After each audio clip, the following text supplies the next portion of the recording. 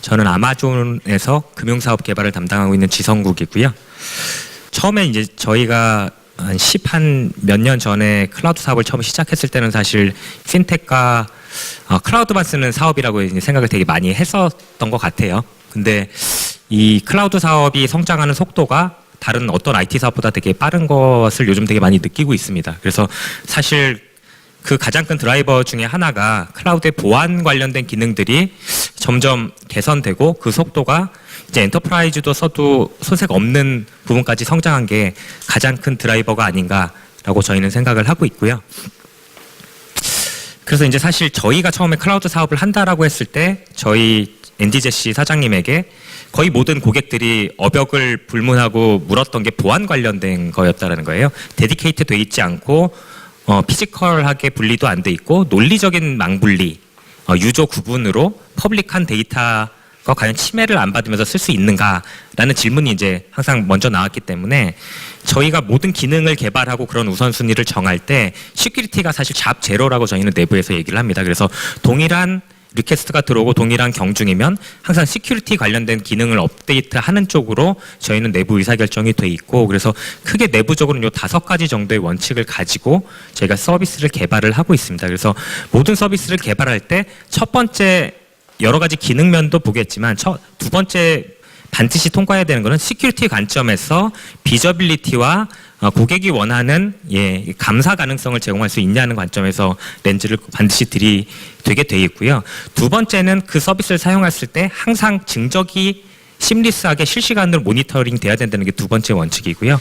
세 번째는 이제 잘 아시겠지만 저희의 보안뿐만 아니라 모든 기능들은 대부분이 자동화가 가능하도록 설계가 되어 있습니다. 그리고 네 번째는 이게 사실 데이터 유실이나 이런 것들에 대한 염려인데요. 이중화라든지 가용성에 관한 설계는 디폴트로 이제 돼 있는 게 네 번째로 보시면 될 것 같고, 이 1, 2, 3, 4는 이제 아마존이 주장하는 내용이잖아요.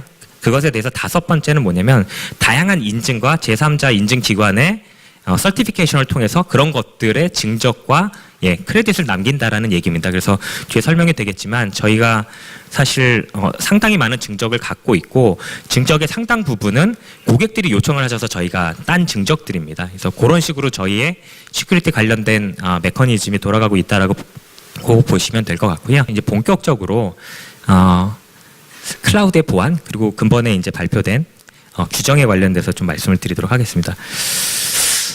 잘 아실 것 같은데요. 그 IDC 환경하고 이제 클라우드 환경은 상당히 다릅니다. 그래서 이 색깔과 구분 없이 보시면 맨 밑에 있는 이제 피지컬 인프라와 네트워크부터 맨 위에 있는 애플리케이션까지가 이제 IT 입장에서 다 관장을 하셔야 되는 부분이라고 하면 IDC나 이제 전산실에서 하실 때는 이런 것들을 이제 다 관리를 하신 다음에 그런 거에 대한 증적이나 보고서를 이제 금융감독기관에 제출을 하셔야 됐던 건데, 이제 클라우드로 오면 좀 얘기가 달라지는 게 이 AWS로 돼 있는 영역은 클라우드 사업자인 아마존이 책임을 지고 윗단은 금융 고객들이 책임을 지시는 책임 공유 모델이라는 원칙으로 좀 바뀝니다. 그래서 아마존이 책임지는 부분은 네트워크와 물리적인 상명과 이 컴퓨팅 스토리지 데이터베이스 네트워킹이 깔리는 물리적 인프라, 그리고 그것을 관장하는 하이퍼바이저까지는 아마존이 책임을 집니다. 근데 그 위에 올라가시는 데이터라든지 여러 가지들은 고객이 이제 관리하시고 책임을 지셔야 되는 건데, 이 부분에서 이제 사실 좀 중요한 얘기가 나오는데요.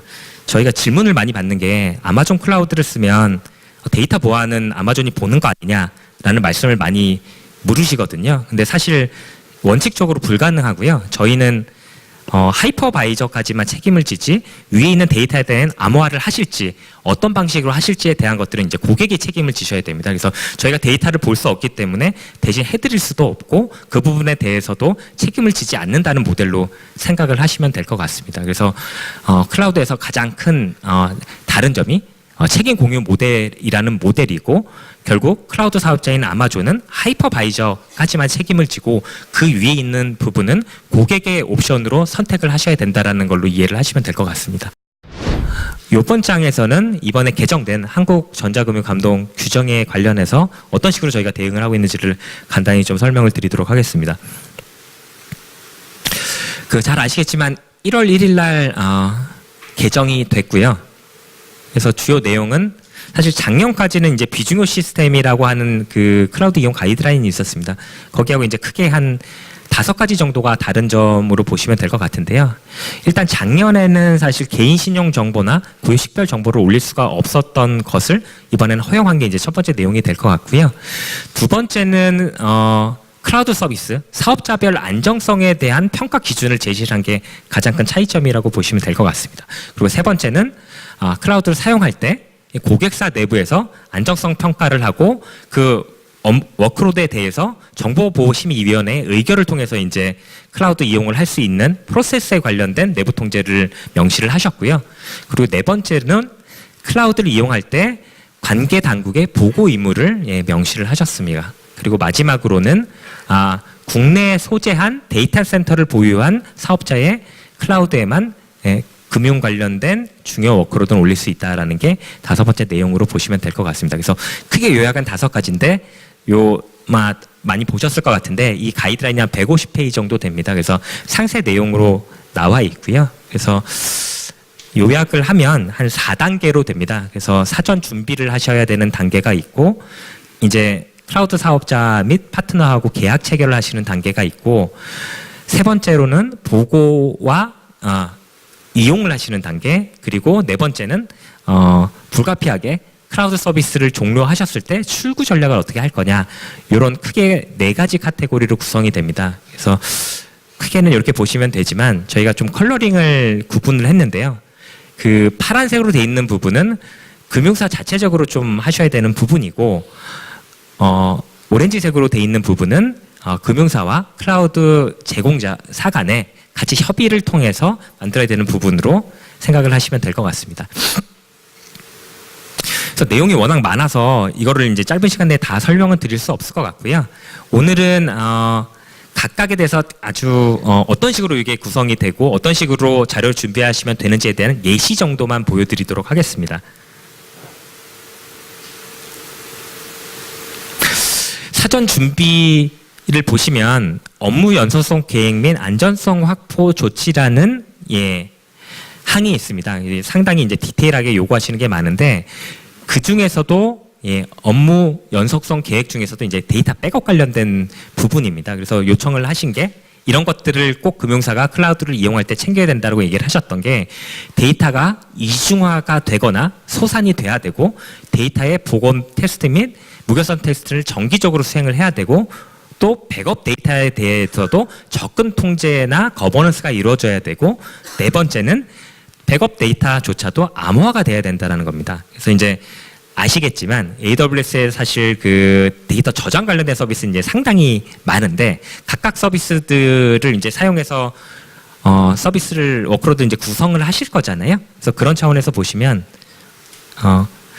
저희 가장 기본적인 스토리지 서비스 중에 이제 블록 스토리지라고 부르는 EBS라는 이제 서비스가 있습니다. 그래서 이 제품은 데이터를 쓸 때 이중화돼서 라이트를 하고요. 볼륨 자체를 암호화 볼륨을 이제 제공을 하고 백업을 할 때 S3라는 저희 오브젝트 스토리지로 처음에는 이제 풀샷을 백업을 하고 그 다음부터 이제 증분만 백업하는 되고요.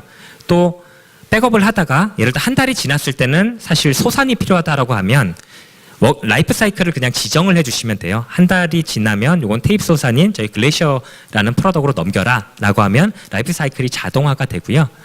그리고 백업된 그 스토리지로부터 사실 다시 서버에 붙여서 백업으로부터 스토리지를 다시 생성하셔서 원활하게 사용을 하실 수가 있습니다. 그래서 이런 식으로 예를 들어 EBS라는 블록 스토리지 제품도 말씀하신 이런 식으로 서비스를 충족할 수 있다라는 예시가 되겠고요.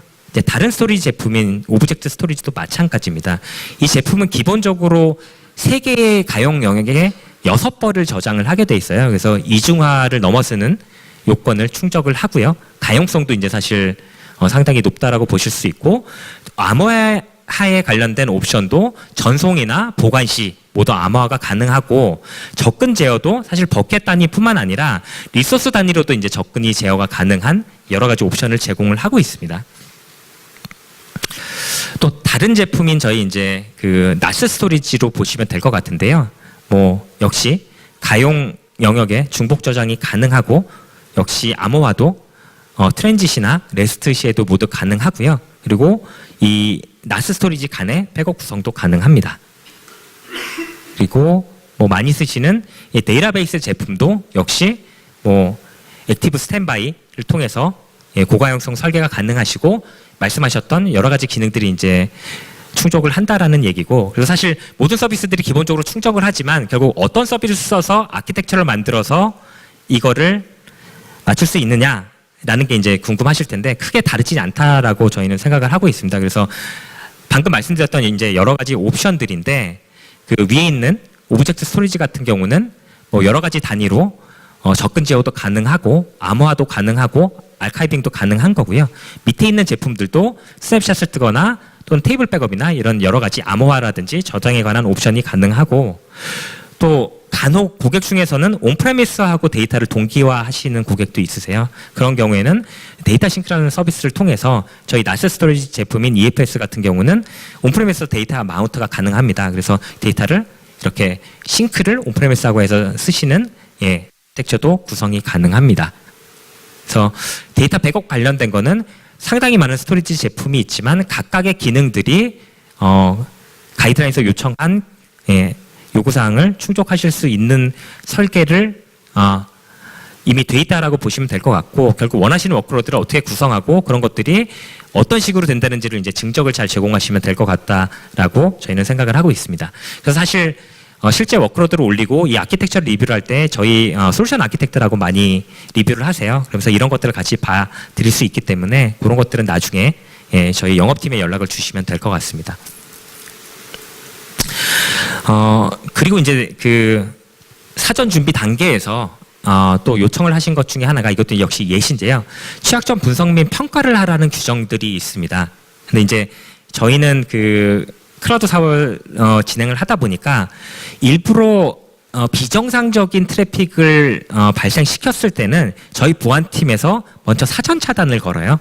그래서 그런 것들을 아마 테스트를 하실 수가 없을 거고, 근데 이제 금감원이 요청을 하셔서 이런 거에 대한 취약점 테스트를 해야 된다라고 하면 저희 이메일에 있는 주소로 메일을 주시면 저희 보안팀에서 이거에 대해서 테스트할 수 있는 환경을 같이 협의를 드릴 수 있습니다. 그래서 이런 식으로 취약점 테스트를 수행을 하시고 관계 당국에 보고를 하실 수 있게 지원을 해드리고 있습니다. 그 다음 예시로는 출구 전략 관련된 부분을 좀 말씀을 드릴게요.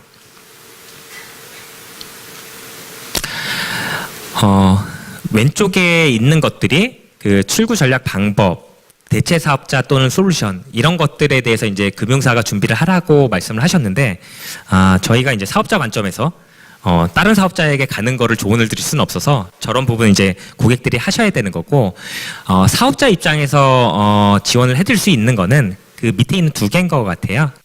데이터 복구할 수 없도록 파기하는 방법 및 절차를 갖고 있는지, 그리고 그 경우 어떻게 고객에게 가이드를 드릴 수 있는지, 그리고 그 밑에 있는 내용은 기존 업무 및 데이터를 대체 시스템에 이전하는 방법, 그런 툴들을 제공하느냐, 두 가지 내용이 될 것 같습니다. 그래서 일단 데이터 파기 절차에 관련해서는 상단에 1, 2번을 보시면 되는데, 저희가 첫 번째로는 저희 자체적으로 데이터 와이핑을 실행을 하고요. 그 데이터 와이핑은 저희 자체적인 기준도 있지만 그 DOD는 미국 국방부입니다. 디파트먼트 오브 디펜스고요. 그리고 NIST 기준에 따라 폐기를 하고 있습니다. 그래서 저희가 자체적으로 폐기를 하지만 필요하시는 고객이 직접 데이터를 삭제하겠다라고 요청을 하시는 경우가 있어요. 그래서 그 경우에는 고객이 마스터키를 암호화하시고 암호한 상태에서 고객이 이제 데이터를 삭제하시고 그걸 확인하실 수 있는 방안을 저희가 제공을 해드리고 있습니다. 그래서 데이터를 복구할 수 없도록 파괴하는 절차는 저런 식으로 진행을 하시면 될 것 같고요. 밑에는 여러 가지 이제 데이터를 이전하는 방안이라고 생각을 하시면 될 것 같습니다. 그래서 뭐 여러 가지가 있는데 재밌는 뭐 왼쪽에 있는 S3와 글래시어 같은 경우는 테이프 소산이나 스토리지를 그냥 받아서 내리시는 거기 때문에 별로 특이점은 없을 것 같고요. 이 파란색으로 돼 있는 서비스가 좀 고객들에게 많이 도움이 되실 것 같습니다. 이 DMS 서비스라는 건데요. 데이터베이스를 온프레미스에서 클라우드로 옮길 때 이제 사용하는 서비스입니다. 근데 이제 클라우드에 있는 데이터를 온프레미스에 있는 데스티네이션으로 보내는 기능도 가능해요. 그래서 데이터를 예를 들어 클라우드에서 이제 더 이상 사용 안 하시고 온프레미스 옮기실 때 이런 식으로 데이터를 보내시는 방법도 있습니다. 그래서 상당히 다양한 방식으로 데이터 이전을 저희는 지원을 해드리고 있습니다. 그래서 거의 마지막 내용이 될 것 같은데요. 그 사전 준비 단에서 고객들이 이제 가장 힘들어하시는 부분이 제공자, 클라우드 사업자 선정 및 평가 부분입니다. 그래서 보시면 옵션을 주셨는데요. 그 한 140개 되는 항목을 모두 금융사가 검사를 하시고 그거에 대한 증적을 제공을 하시거나 또는 클라우드 사업자가 금감원이 인정하는 인증을 취득하시고 그걸로 대체하는 방안이 있습니다. 그래서 거의 모든 금융사 분들이 인증 방식을 선호하고 계시고요. 그래서 저희는 금감원이 인정한 4개 인증 중에 하나인 MTCS 인증을 서울 이전에 아이아스 파스 사스단에서 받았기 때문에 아마존 웹 서비스를 사용하시는 금융 고객들은 기본 보호 조치 관련된 사업자 평가는 생략을 하실 수가 있을 것 같습니다. 그리고 그럼에도 불구하고 추가 보호 조치라는 부분들이 있어요. 39개 정도가 되는데 그거에 대한 항목들은 저희가 AWS 아티팩트라는 서비스에 저희가 그 답안을 저희가 생각하는 저희가 어떻게 충족하고 있는지에 대한 답안을 올렸고요. 다운로드를 바로 받으실 수 있고 이런 이미지입니다. 그래서 2.6-1항은 요구사항은 사용자 계정과 비밀번호에 관련된 내용입니다. 그러면 AWS는 이걸 어떤 식으로 한다라는 거에 대해서 한글로 저희가 표시가 돼 있고 요거에 대한 상세 다큐먼트들이 참조 쪽에 있는 링크로 다 걸려 있습니다. 이런 식으로 저희가 다큐먼트를 한글로 준비해 놨기 때문에 바로 이제 세션 끝나시고 다운받아서 활용하시면 될 것 같습니다.